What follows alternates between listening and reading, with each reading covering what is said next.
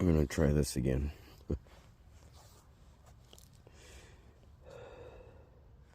I'd already done one and start uploading it, but I put it to private because I'm not sure it's right. As in, I carried on too much about things. So, Friday, and I shit you not, no sooner do I upload my vid, good day for once, that type of thing. When I picked up my car from the mechanics,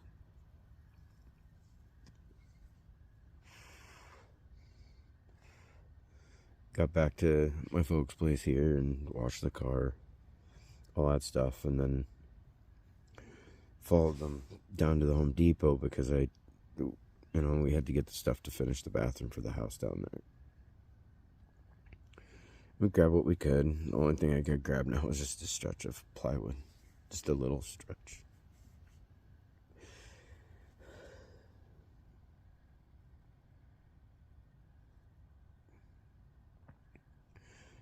I go home, back here, and I come walking in the house and I saw the dogs made a mess. One of them had an accident and all that stuff. I can't really call it an accident because my folks didn't really potty train their dogs. The dogs, they just lay down some fucking towels, and they make sure the dogs go outside all day long. But other than that, their dogs are taught that if the towels are down, they can go potty there. That's why I've just been pretty well. I've been long done living in this place a long time ago because I'm tired of living like this. I didn't have an option of where to go after the shit my ex pulled.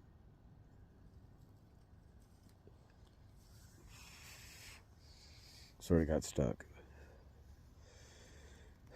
So I opened the door to have the dogs go outside, and they weren't really going outside for some reason. And so I'm cleaning up the mess and not really noticing a whole lot at first, and it took a couple minutes. But as I started cleaning up the pee, I noticed that it was turning to blood, and I'm going, wait a minute, what the fuck's going on here? And I noticed my dog Masha. She's laying there on the floor in her own blood, just a puddle of blood. And I'm trying to figure out, okay, wait a minute, what the fuck's going on here? I automatically started going on, pretty much in a panic mode. I immediately called the family. Hey, no, you need to come back. I need help. We gotta get her to the vet immediately. And, of course, they're ignoring their fucking phone. I mean, I was blowing their fucking phone up big time.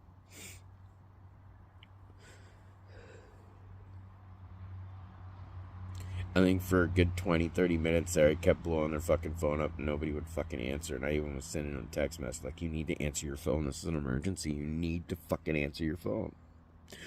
Nobody answered. Finally, eventually he calls. My dad calls. What's going on? You need to get... I need your help. Masha was attacked. And of all the dogs, only 2 of them had blood on them. And this is where I'm having trouble right now because I don't know if both or one or the other, which one did it.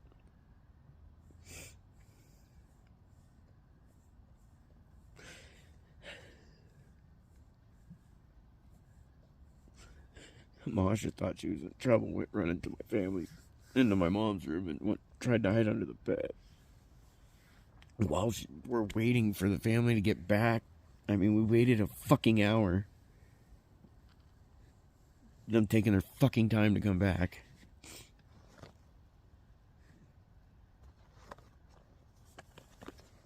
Meanwhile, my dog's sitting there suffering. I'm trying to fucking not only clean up all the blood, because that's all I could smell was blood. Trying to get the other dogs to get out of the house so that I could get the Masha out from under the bed. Finally, the folks show up.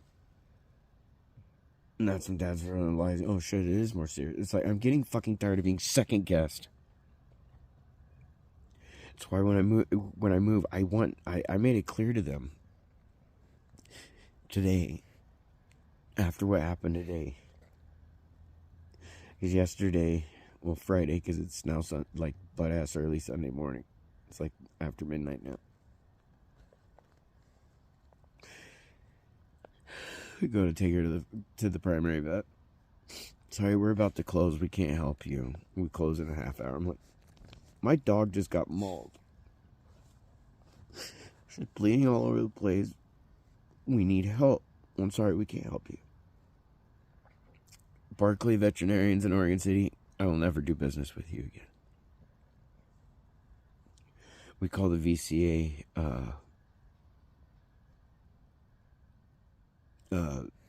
24-hour emergency pet clinic place. No, we got turned away. Sorry, we can't help you. We're full. Like, my dog is sick. You're dying. Instead of having her suffer and just bleed out, I may as well take her home and do what a farmer would do. Just put his dog down. But no, I was doing everything I could to save my dog.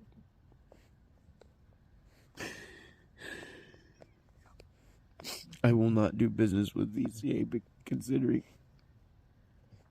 especially after this situation today, because they just showed me what kind of place they were. I'll just say they're more than happy to help cremate my dog, but they were more than happy to help save my dog.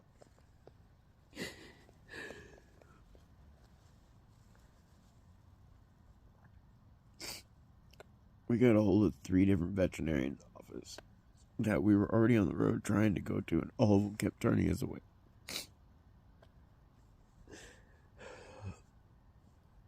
It wasn't until we got a hold of the Tannisborn Emergency Pet Clinic in Beaverton. It's like 40-something miles away, but because fucking Portland's a shithole along 26, 217, and I-5, especially going from the 205 I-5 interchange all the way out. It took us about an hour and a half to get there. Another half hour of waiting. So my dog had already been suffering for about 2.5, 3 hours.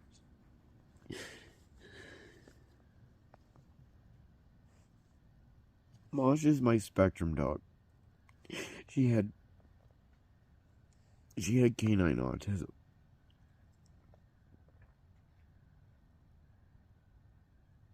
They got her in. They gave her something to help with the pain before they, cut the hair back so that they can address the wounds, clean them up, do all that stuff. She ended up having to have 12 drains put in all 4 legs, her neck, her bottom, all of it.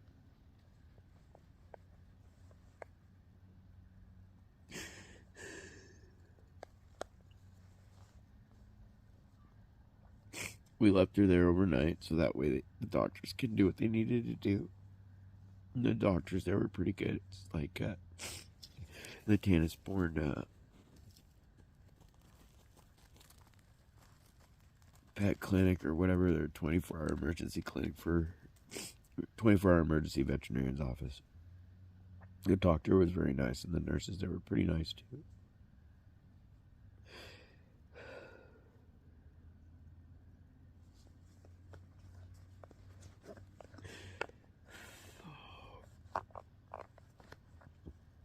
We ended up driving my mom out to the facility that she stays at because of her situation. I dropped her off and came back to my folks' place. I was up until about 4 o'clock in the morning. I was having trouble sleeping because I just with my dog and everything and trying to figure out what the fuck. Because there's only 2 dogs that had blood on them. One, it was on his shoulder. Nowhere else, just on his shoulder. It was like, I'm not sure if he laid on her to comfort her or what. But there was nothing on his face, around his mouth, nothing. And those 2 have never fought. Chunk and Mosh have never fought. He was like a daddy dog to her when she was born. He was really gentle with her. Him and his sister Ava, they're part of the first litter, and Masha was part of the second litter. Called her our little you know, my little kissy face, because all she would do is just want to lick you and kiss you all the time. She just was, at times she'd try to act like a little hard ass. And I'd call her my little baggy butt too, because she just walked around like she had a pair of saggy pants on. Excuse me. She's a really sweet dog. She didn't deserve to be mauled to death like the other dog of all things.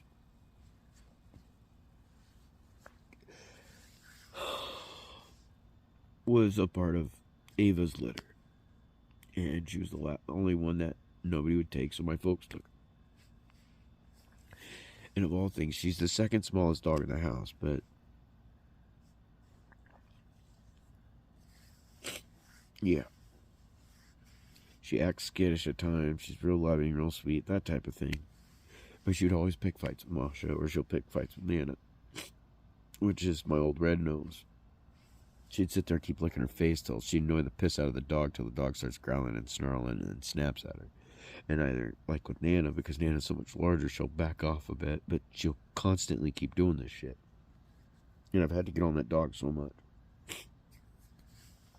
And she would do this type of stuff to Masha and get Masha riled up, pissed off, and Masha would go to, fight back. And next thing you know, Snoopy's either getting aggressive with her or what have you.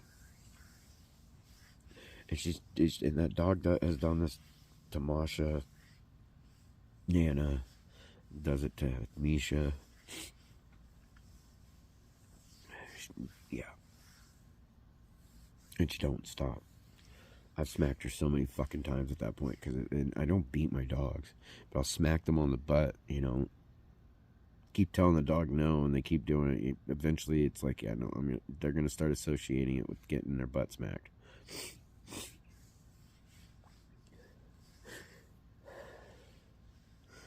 And get the call yesterday morning, about 7.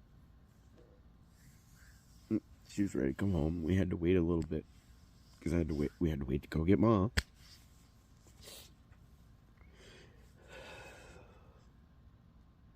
Go fucking get her. Drive all the way out from east side of Portland all the way to the fucking west side of Portland. Fucking shithole.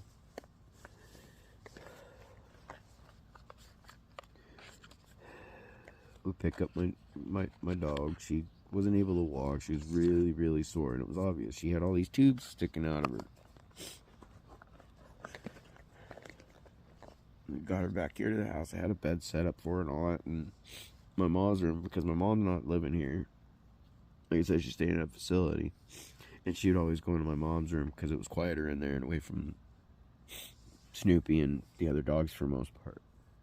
She didn't have like I said, she didn't have a problem with Chunk. Those two have never fought.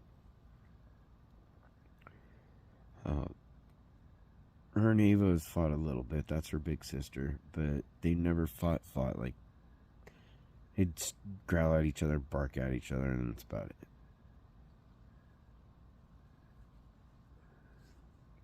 She never had a problem with Tiny. Tiny's just the sweetest guy in the world. And her twin brother Andy, which he's just lost right now. When she was hurt and was trying to hide under the bed, he was in laying with her. Him and Tiny both were laying with her, we're comforting her. And then when we got her home, they would all keep checking on her. The only one that kept hiding, though, when we got her home was Snoopy.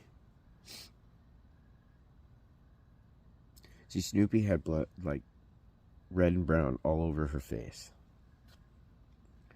Chunk, one of my other big dog, because Nana's technically bigger than him, just old. He had it, like I said, just on his shoulder.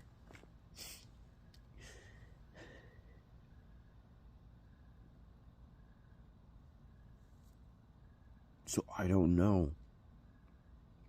I think it's Snoopy, of all things. I'm pretty sure it's Snoopy, but I don't know if Chunk didn't help in the matter, or if he didn't lay with her, or what, because on it was like fresher. A little bit fresher, like he laid on her, or laid down on the floor or whatever in it, where Snoopy, like I said, had it all over her face, red and brown.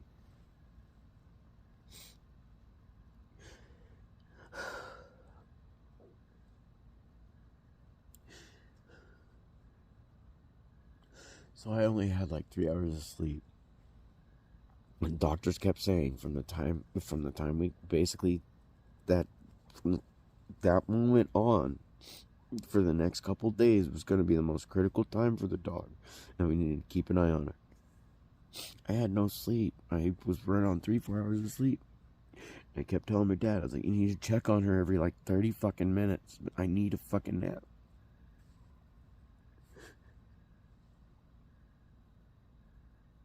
Like, this dog, of all things, they got her on a fentanyl patch. It's that bad. And they said, you can't let it get too hot. All this stuff. Like, you need to keep an eye on her.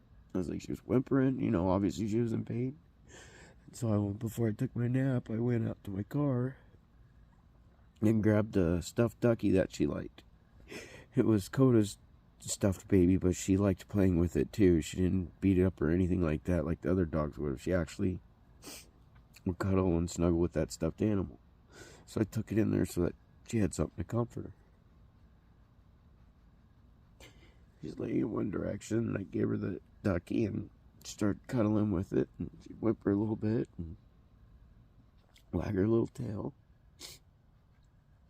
Went and, like I said, I told my dad, I was like, you need to keep checking on her. Take a nap. I wake up to hearing my dad going, damn it. Like, what the fuck's going on? He's going, Jay. And he's like, I think Bosch is gone. I go and I check on her. She's gone. And I find out, no. My mom and dad decided to leave, go have lunch. Just my mom's crazy fucking ass is like, you know, going out the door, just taking off. No sooner did I guess I fell asleep to take a nap because I hadn't had any real sleep. She goes bolting out the fucking door. Dad goes out after, oh, we're gonna go have lunch. We're gonna do this, we're gonna do that. And then he takes her back. I mean, he was gone for a good 4 or 5 hours. I had no idea. And she must have just passed away because she wasn't like stiff. Her little nose was cold, her feet were cold.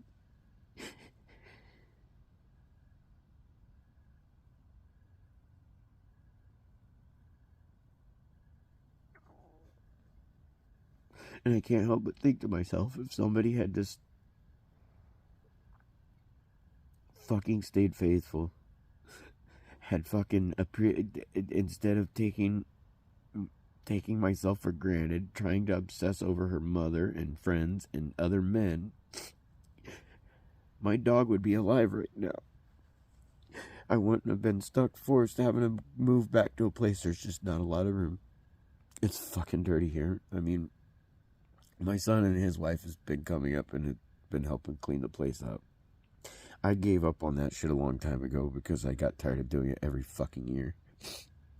I'd clean their house all the time as a child. I'd vacuum it. I'd do all that shit when I was a little kid. And then over the years, it was constantly every year, every other year, emptying the fucking house, you know, of junk into dumpsters and U-Hauls because my mom was a shopaholic and a fucking hoarder. My dad's a trash hoarder.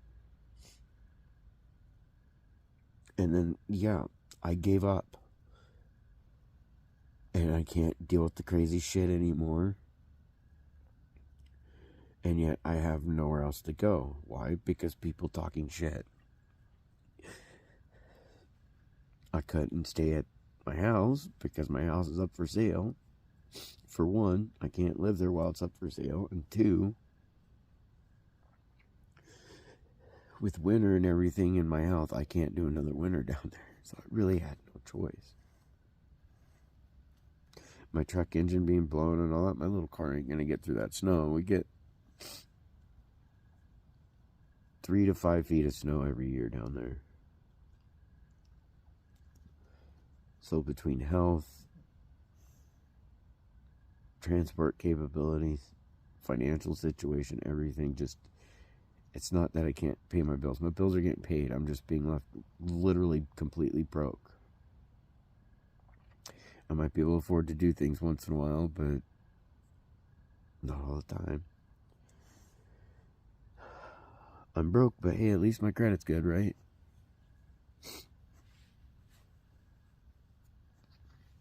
But, oh,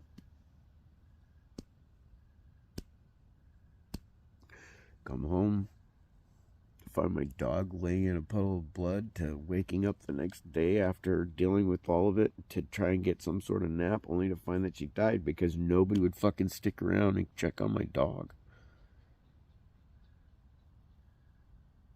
I'm really tired.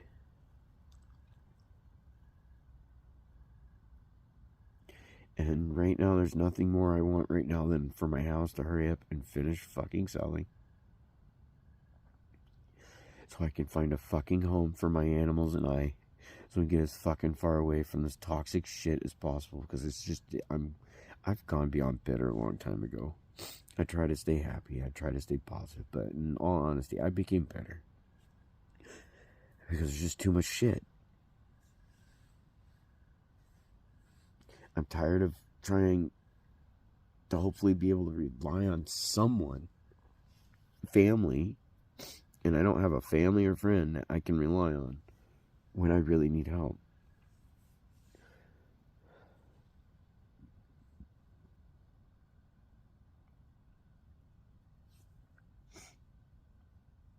And yet I would always be there in a heartbeat to help other people. And that includes my family. I just got to the point, after all this shit that's gone on with that person, and then all this shit where my family's concerned and everything, it just, I need as far a fucking way as possible. I need to be in a better place than this. I need to be around better people. And I need my animals and myself in a safer environment. It's not safe when you got people around you who just don't give a shit. And they don't fucking care until things go really fucking bad. And then they want to look at you and go, I'm sorry. 2 words I absolutely fucking hate. I'm sorry. Because I've heard those words more than I've ever heard the words of I love you. That type of thing. In my life. People are more apt to keep fucking basically just ripping my life apart. I can do it myself if I really want to. I don't need anybody else's help. And it just seems to keep going that way.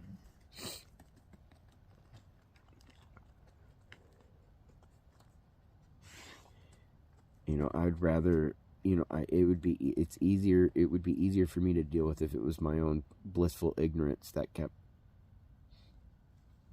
creating these situations where I don't have any choice type thing. I've had to learn enough from my own mistakes and other people's mistakes that I've given everything I can to not, like, yeah, do the things that I don't like other people doing. You know, the whole practice what you preach shit.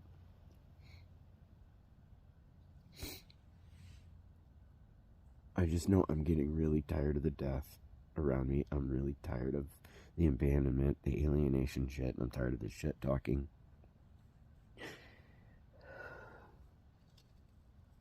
I'm tired of my fucking health going the way it is. And all I want in life is at least some fucking kind of break. I want my own home, finally.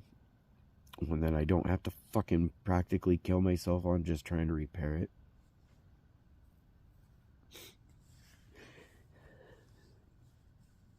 My dogs and my animals are my best friends. And other than the one best friend that I've got that I've known since childhood, I keep practically all the rest at a distance because of how I've been treated by even my own family. There are people I keep at a distance who don't deserve it. And it's because I don't want to deal with or risk being used again by people I genuinely care about. I don't want to be lied to anymore. And yet, it's going to happen inevitably by strangers and shit like that. I shouldn't have to worry about being lied to and used and cheated on and fucked over and all this crap by my own friends and family.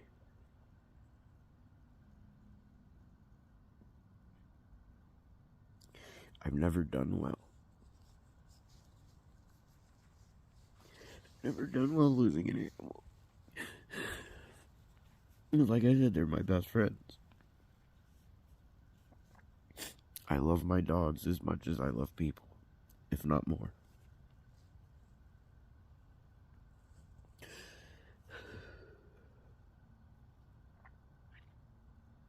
That's why,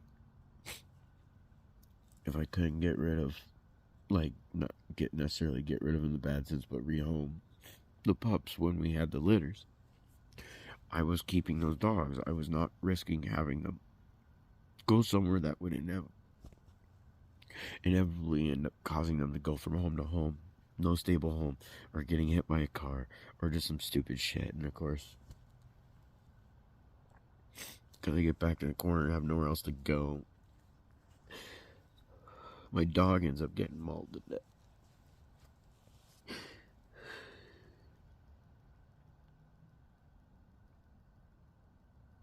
When I went into, when she passed in there, she was snuggling with her ducky in a totally different spot. Like, she took her ducky and she rolled over, got real comfortable, and she snuggled with her ducky and went to sleep.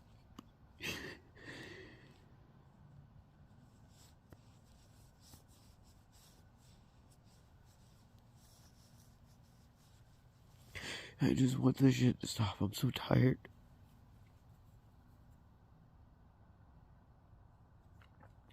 I would like more than just a couple hours of something good to happen, or more than one day for one.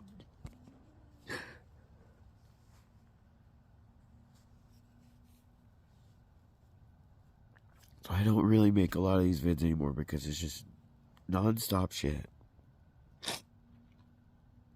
And it's literally the story of my life. Every 3 to 6 months, always something really fucking bad. And in between is just shit.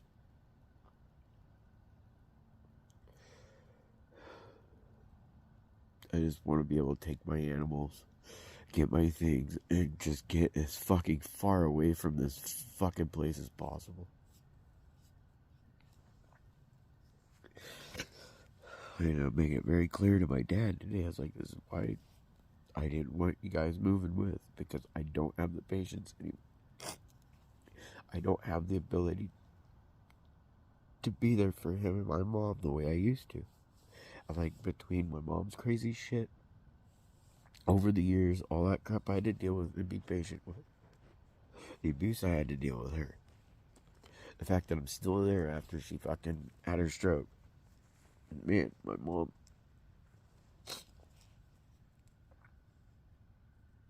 to a degree, my mom got fucking meaner.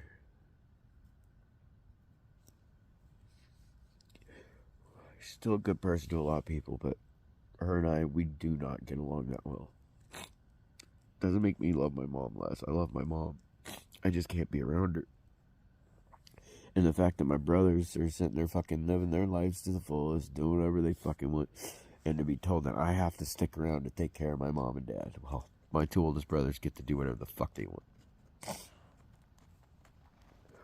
I've sacrificed enough of my life to be there for my parents while my brothers did their thing, and while the rest of our family fucked us off. I need to fucking get my life together, otherwise I'm...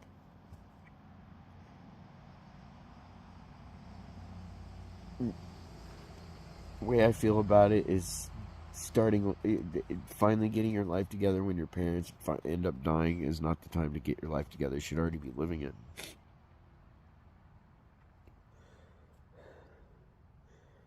And I'm tired of putting myself on hold. Those are the choices I make my biggest mistakes on, is I keep putting myself off for other people. For my relationships, for my family, for friendships, for people who've shown me over the years they don't give a fuck.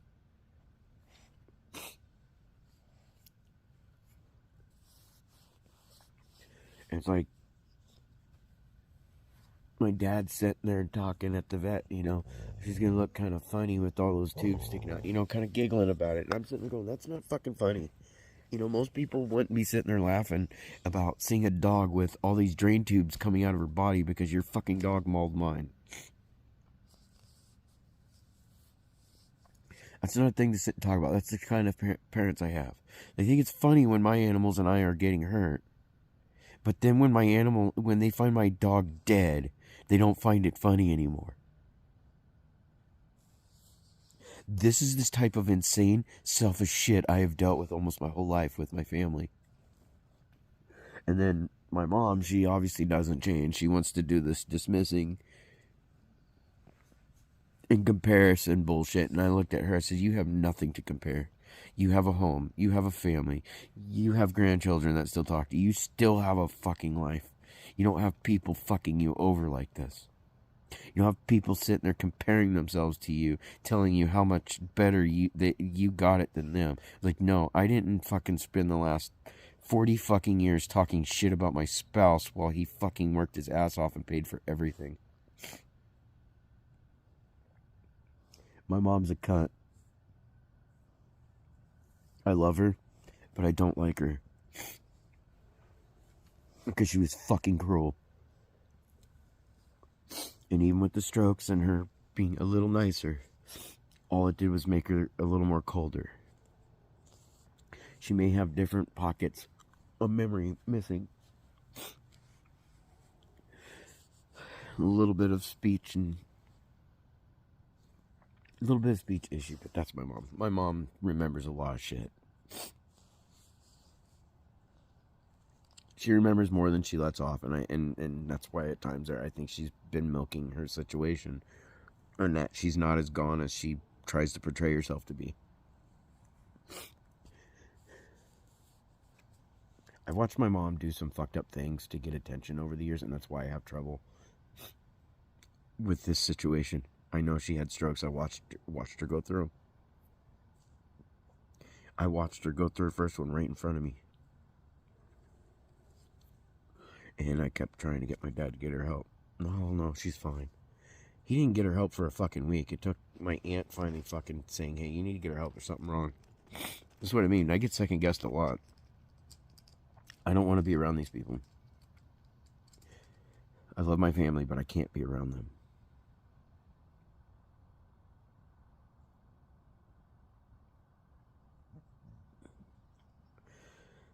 Anyways, that's my little update. I'm just dealing with too many situations of, like I said earlier in the beginning, 1 step forward, 2 steps back. I really need this shit to stop. Really need my home to fucking finish selling, so I can get my fucking animals and myself the fuck out of here, in a better home, in a better fucking place, and around better fucking people. Because Lord knows I've done everything I can to not become like these people.